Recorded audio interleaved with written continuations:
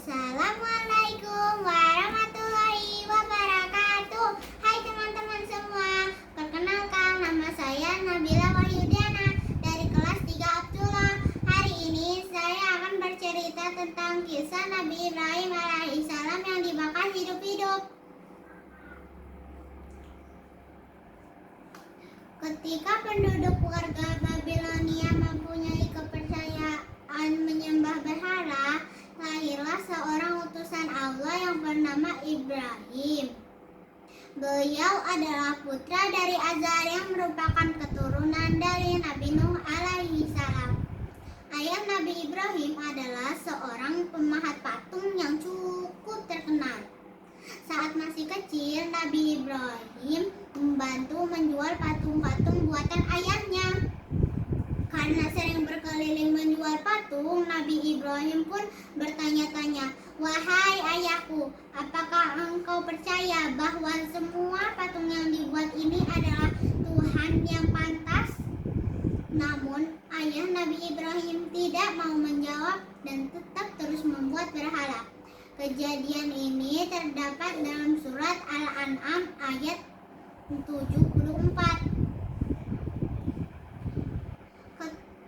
Kerajaan Babilonia pada saat itu dipimpin seorang raja yang bernama Namrud bin Kan'an. Pemerintahan yang dijalankannya adalah kekuasaan mutlak yang membuatnya menjadi raja yang kejam. Apapun yang diperintahkannya harus ditaati dan dilaksanakan tanpa ada pertimbangan dari siapapun. Setelah dewasa, Nabi Ibrahim mulai menyebarkan agama Allah Subhanahu wa Ta'ala.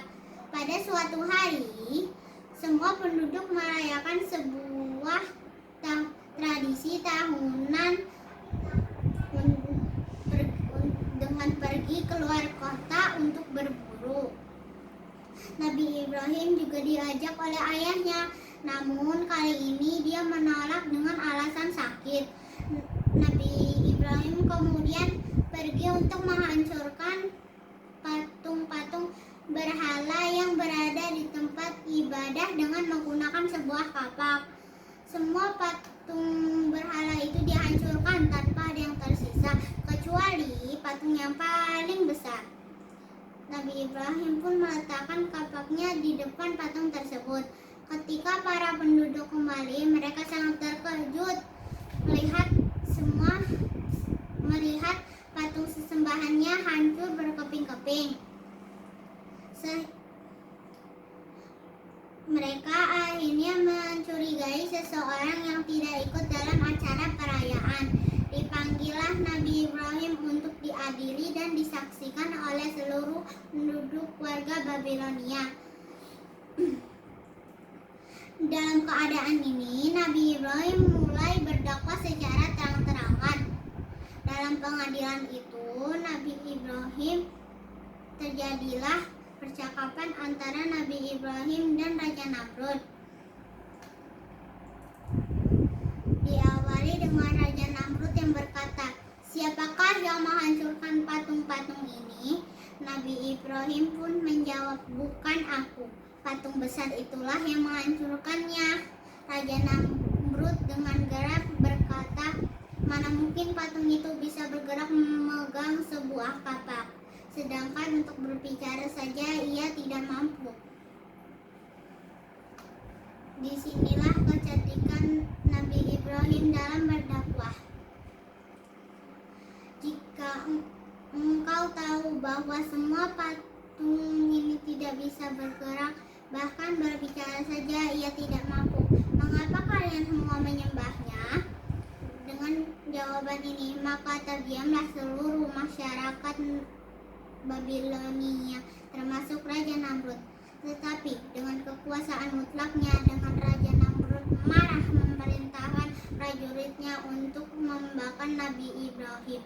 Dalam keadaan yang demikian, Nabi Ibrahim tetap tenang dan memohon pertolongan kepada Allah Subhanahu wa Ta'ala.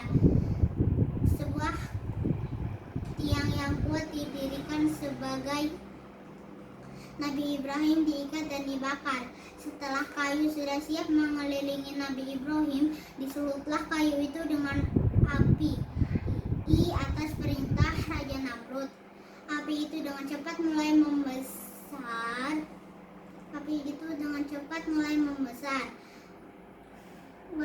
Penduduk warga Babilonia pun bersukaria melihat Nabi Ibrahim dilalap api. Namun alangkah terkejutnya, ternyata Nabi Ibrahim tidak terbakar sedikit pun. Beliau masih utuh sempurna, tanpa adanya luka sedikit pun. Ternyata doa Nabi Ibrahim dikabulkan oleh Allah Subhanahu wa taala. Permohonan agar diselamatkan dari api yang besar dan menyala ada dalam surat Al-Anbiya ayat 69. Maka selamatlah Nabi Ibrahim dari kobaran api yang sangat besar, sehingga penduduk menjadi takjub terhadap mukjizat Nabi Ibrahim. Mereka kemudian mulai mengikuti ajaran Nabi Ibrahim dan hanya menyembah Allah Subhanahu wa taala. Demikianlah kisah Nabi Ibrahim yang tidak luka sedikit pun meskipun dibakar api. Semoga kisah ini dapat mempertebal iman kita untuk percaya terhadap kebesaran Allah. Amin ya rabbal alamin. Nah, itu dia kisah Nabi Ibrahim alaihissalam yang dibakar hidup-hidup. Wassalamualaikum warahmatullahi wabarakatuh.